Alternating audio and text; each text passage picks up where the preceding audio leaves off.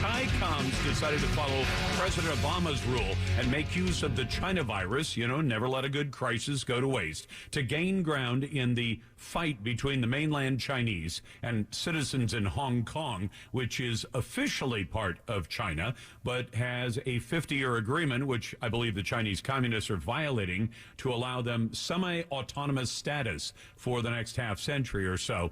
I thought we'd talk about that with Dean Cheng, who's a senior research fellow, Asian Studies Center, Davis Institute for National Security, and in foreign policy with the Heritage Foundation. It's good to have you back on, Dean. Thanks for the time. Absolutely. My pleasure. So what is China doing, and are they taking advantage of what I believe was an inadvertent release of this virus? We can debate where it came from, the Wuhan Virus Institute or the wet market. I think the Virus Institute is probably looking like the odds-on favorite based on the evidence right now. But are the Chinese following the old Rahm Emanuel and Barack Obama rule, never let a good crisis go to waste? It certainly seems that way. We are watching the Chinese scoop up a number of the more prominent pro-democracy activists. And just to be clear, they're not charging them with not maintaining social distancing or violating quarantine. They're being arrested for illegal, quote unquote, demonstrations last summer and last autumn. So they're using old events and then saying we're going to bring charges now because we know most of the rest of the world is heavily occupied with a response to the pandemic. Exactly. The other things, though, is that the Chinese are going to push through a whole raft of things. I live here in Virginia, and it's sort of like what Governor Northam's been doing to Virginia. So we have, at the same time, the head of the liaison office in Hong Kong, the Chinese embassy, if you will, saying to the Hong Kong authorities, you need to pass a national security law so that we can enforce things more easily. They've said that the Hong Kong liaison office and the Hong Kong and Macau affairs office report to Beijing, and therefore they respond to a higher authority, which again basically says we can tell you, Hong Kong, what to do. And there have now been reports that Hong Kong judges are trying to protest to the Beijing authorities because courts in China are saying, no, we outrank you. So if we pass a judgment, you have to enforce it. And how do they push back against that? Because you've got this autonomy, and I think I properly stated. If I didn't, Dean, feel free to correct me. But they have a deal that was supposed to give Hong Kong a certain amount of autonomy for at least a half century, right?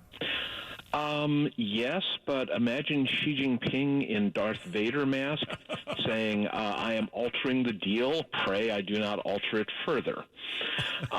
What's pretty clear is that the Chinese are taking advantage of this crisis to basically say, let's be clear.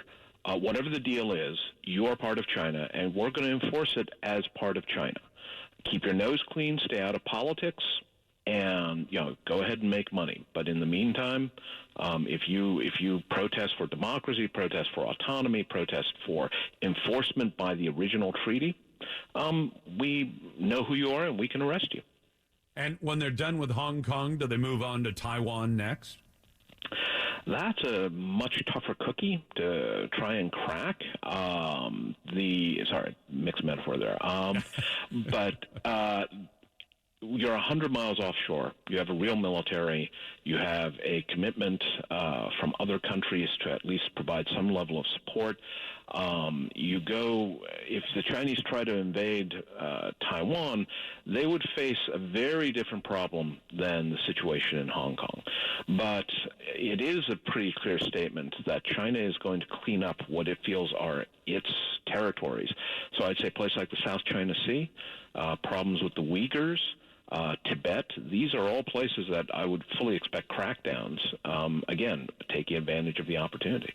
Okay, you want tough nuts to crack, Dean? How about this? What should be the proper response of the United States, which wants to do business, economic business, with mainland China, but doesn't at all agree with mainland China's approach toward its citizens. So what should our response be if China tries to do this to Hong Kong, realizing what the agenda is: Hong Kong first, and then perhaps Taiwan later, and the rest of that part of Asia, and all of that has implications for us. So what's our proper role?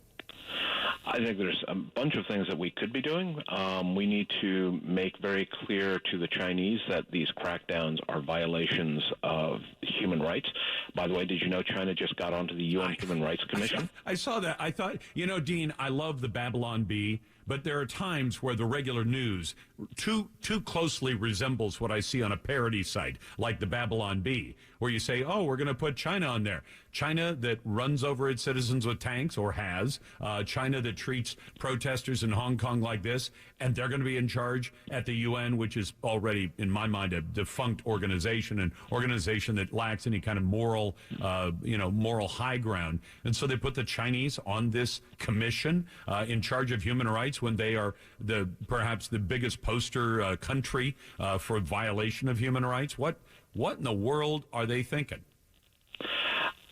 You got me. Whatever it is they're thinking, it isn't.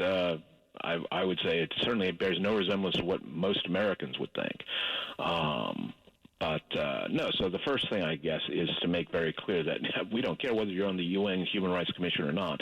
These are violations of human rights, and you're going to be criticized for that. Second of all is we need to coordinate with the British, because the treaty over Hong Kong is an international agreement, and it was signed between Great Britain, which, of course, owned Hong Kong at the time. So the Brits are definitely in a position to protest and to try and make that stick. Third, I think that if things get much worse in Hong Kong, maybe we should be thinking about welcoming Hong Kongers to emigrate to the United States. Here's a small little city that's got a economy the size of some countries. So it seems to me like after the $2 trillion we just shoveled out and more trillions to come, wouldn't hurt to have some more folks who are paying into the tax base. No, I love that idea. But, Dean, let me ask you, I've never been to Hong Kong, but I've admired it from a distance, because it seems to be the kind of capitalism that I think could be possible in a lot of parts of the world if it were allowed. And in fact, fewer regulations and everything else, but now under the thrall of China. But let me go back to the deal first.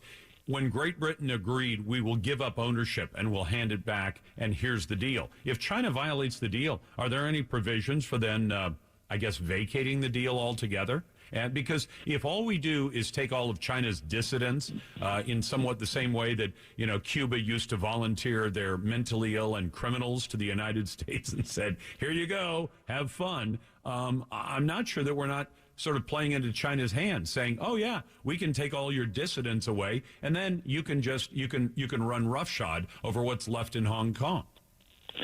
Well, first off, Hong Kong is a city of 7.5 million. So, and I'm not talking about just taking a handful of dissidents. I'm saying to the shopkeepers and to the financiers and to the people who run electronics factories, come on over.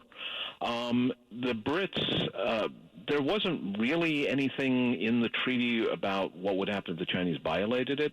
Part of it was the optimism of the time. This was signed in the 1990s when we all thought China was bound to become more liberal, more democratic, less authoritarian. But the other thing is, nobody's going to go and invade Hong Kong to take it back. No. There are Chinese troops on the ground, although they are all in their camps. They are not in the streets. The idea that you could somehow vacate this and force China to give Hong Kong a level of autonomy again is, unfortunately, that boat has sailed. Dean, thank you very much. That's Dean Cheng, Senior Research Fellow at the Heritage Foundation. We always appreciate his insights.